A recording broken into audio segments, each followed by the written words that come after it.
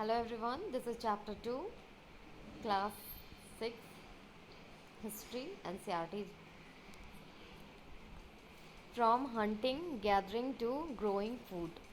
Tushar train's journey. Tushar was going from Delhi to Chennai for his cousin's wedding.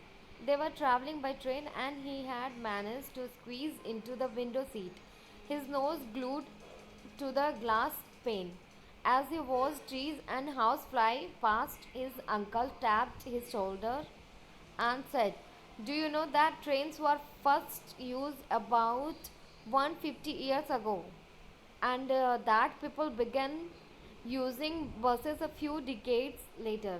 Tushar wondered, when people couldn't travel quickly from one place to another, did they spend their entire lives wherever they were born?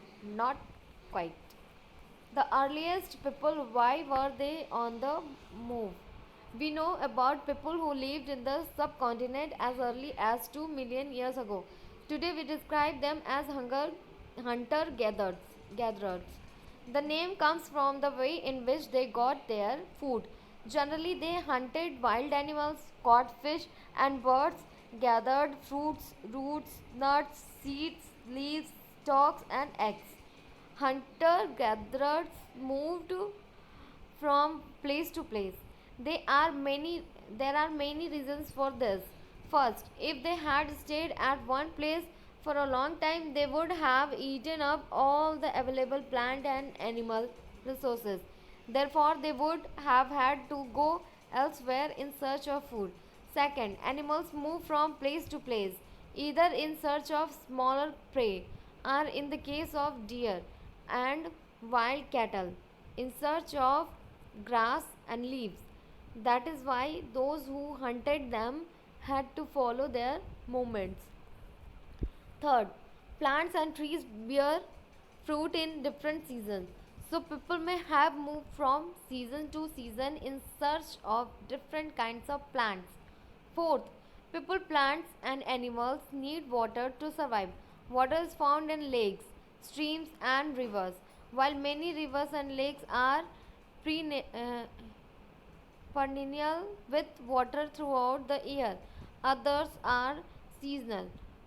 People living on their banks would have had to go in search of water during the dry seasons, winter and summer. How do we know about these people? Archaeologists have found some of these things hunter gatherer made and used.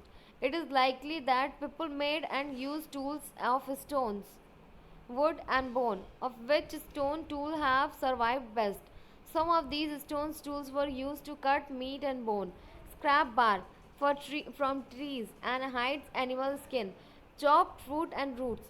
Some may have been attached to handles or bone handles of bone or wood to take spears and arrows for hunting. Other tools were used to chop wood, which was used as firewood. Wood was also used to make huts and tools. Look at the picture. Stone tools may also have been used for left digging the ground to collect edible roots, right stitching clothes made out of animal skin, choosing a place to live in. Look at the map too below. All the places marked with red triangles are sites from which archaeologists have found evidence of hunter gatherers. Hunter gatherers lived in many more places. Only some are shown on map. Many sites were located near sources of water, such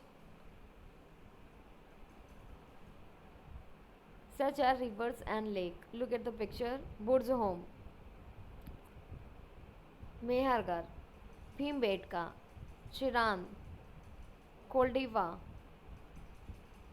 Maghara, Mumbai, Inamagon, Kolkata, Bay of Bengal, Hangzhou, Arabian Sea, Holai, Brahmagiri, Prayampalli,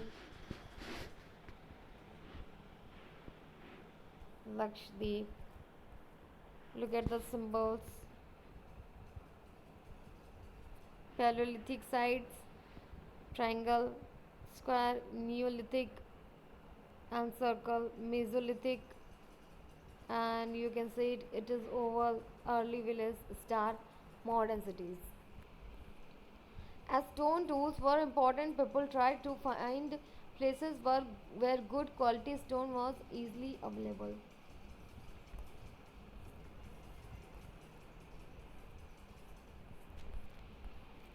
Rock painting and what they tell us. A painting from a rock shelter describes the painting.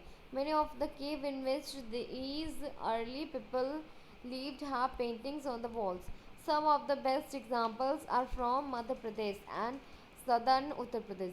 These paintings show wild animals drawn with great accuracy and skill. Bhimbetka in present day Madhya Pradesh. This is an old site with caves and rock shelter. People choose these natural caves because they provided shelter from the rain, heat, and wind. These rock shelters are close to the Narmada Valley. Can you think of why people choose to live here? Site are places where the remains of things, tools, pots, buildings, etc. were found. These were made, used, and left behind by people. These may be found on the surface of the earth, buried under the earth, or sometimes even underwater. You will learn more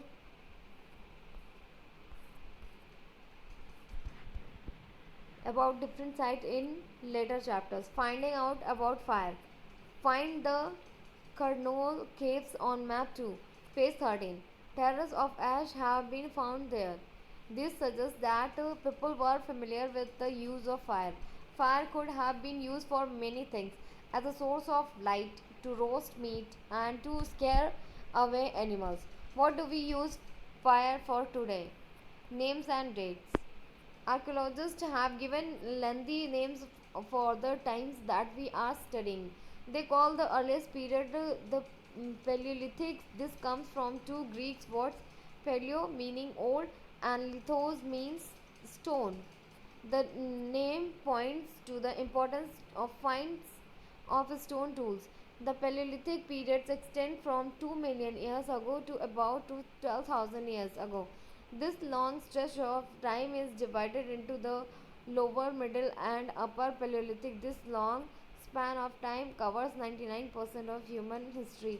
The period when we find environmental changes beginning about 12,000 years ago till about 10,000 years ago is called the Mesolithic middle stone. Stone tools found during this period are generally tiny and are called microlithic. Microlithics were probably stuck on the handles of the bone and wood to make tools such as saws and sickles.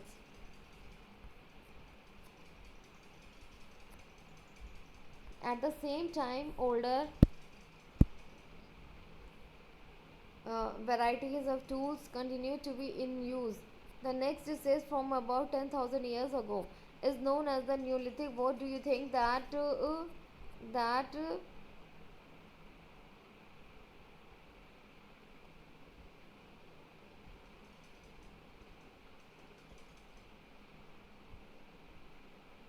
term Neolithic means? We have also mentioned the names of some places. You will find the names of many more places in later chapter. Very often we use present day names of places where people lived in the past because we do not know what they called them. A changing environment. Around 12,000 years ago, there were major changes in the climate of the world, with a shift to relatively warm conditions. In many areas, this led to the development of grassland. This, in turn, turned to an increase in the number of deer, antelope, goat, sheep, and cattle. That is, animals that survived on grass. Those who hunted these animals now followed them, learning about their food habits and their breeding season. It is likely that this helped people to start thinking about herding and rearing these animals themselves. Fishing also became important. Beginning of the farming and herding. This was also a time when several grains bearing grasses, including wheat, barley, and rice, grew naturally in different parts of the subcontinent. Men, women, and children probably collected these grains as food and learned where they grew. And when they ripened, this may have led them to think about growing plants on their own. In this way, people became farmers. People could also attract and then tame animals by leaving food for them near their shelters. The first animals to be tamed was the wild ancestor of the dog. Later, people encouraged animals that were relatively gentle to come near the campus where they lived. These animals, such as sheep, goat, cattle, and also the pig, lived in herds, and most of them ate grass. Often, people protected these animals from attacks by other wild animals. This is how they became harder. Can you think of any reasons why the dog was perhaps the first animal to be tamed? Domestication is the name given to the process in which people grow plants and took after animals. Very often, plants and animals that are tamed by people become different from wild plants and animals. This is because people select plants and animals for domestication. For example, they select those plants and animals that are not prone to disease. They also select plants that yield large size again and have strong stalks capable of bearing the weight of the ripe grain. Seeds from selected plants are preserved and shown to ensure that new plants and seeds will have the same qualities. Amongst animals, those that are relatively gentle are selected for breeding. As a result, gradually domesticated animals and plants became different from wild animals and plants. For example, the teeth and horns of wild animals are usually much larger than those of domesticated animals. Look at these two sets of teeth. Which do you think before to a wild pig and which to a domesticated one? Domestication was a gradual process that took place in many parts of the world. It began about 12,000 years ago. Virtually all the plants and animals produced that we use as a food today is a result of domestication. Some of the earliest plants to be domesticated were wheat and barley. The earliest domesticated animals include sheep and goat.